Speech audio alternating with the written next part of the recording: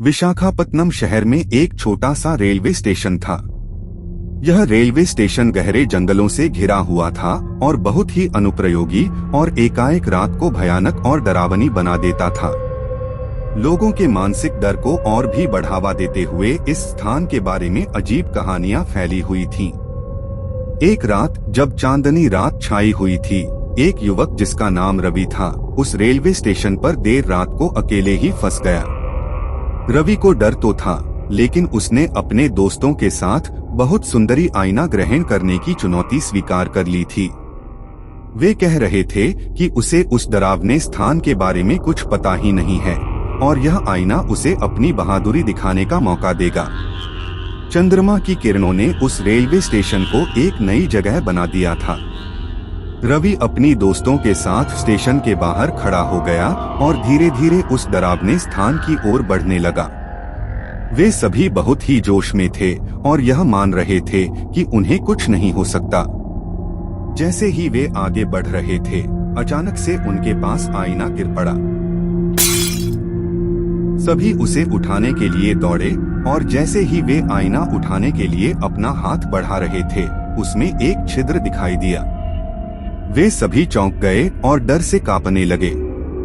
रवि ने विचार किया कि शायद उसे दिखाई देने वाली किसी अन्य चीज की वजह से यह हुआ हो सकता है, इसलिए वह फिर से आईना उठाने के लिए अपना हाथ बढ़ा रहा था। यह देखकर उनके सभी दोस्त चौंक गए और उन्होंने उन्हें रोक दिया, लेकिन रवि निर्भीक होकर अग्रसर हुआ। जैसे ही उसने आईना उठाया, उसके सामने कुछ नहीं था, सिर्फ एक खाली रेलवे स्टेशन का दृश्य था। रवि चौंक गया और उसके आंखों में डर और घबराहट की चमक दिखाई दी। यहाँ तक कि उसके आसपास का वातावरण बदल गया। रेलवे स्टेशन एक आवाज देने लगा।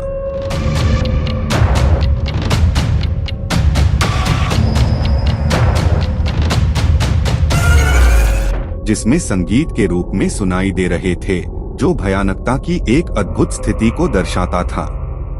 रवि ने अपने दोस्तों को बुलाने की कोशिश की, लेकिन कोई उत्तर नहीं दिया।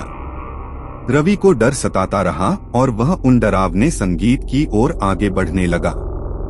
वह जब तक नहीं पहुंचा, उसे वही डरावनी स्थिति मिलती रही, जिसका कारण उसे नहीं पता था।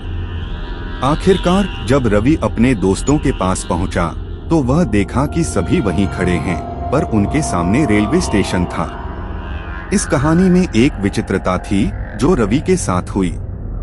क्या वास्तव में रवि ने एक भूतिया रेलवे स्टेशन की ओर बढ़वाने की कोशिश की थी, या क्या उसने एक वास्तविक रेलवे स्टेशन पर अपनी आंखों के सामने आत्मा देख ली थी? कोई जवाब नहीं था, लेकिन उसी रेलवे स्टेशन में यह डरावना और अंदरूनी वातावरण हर रात के लिए अब तक बना हुआ है।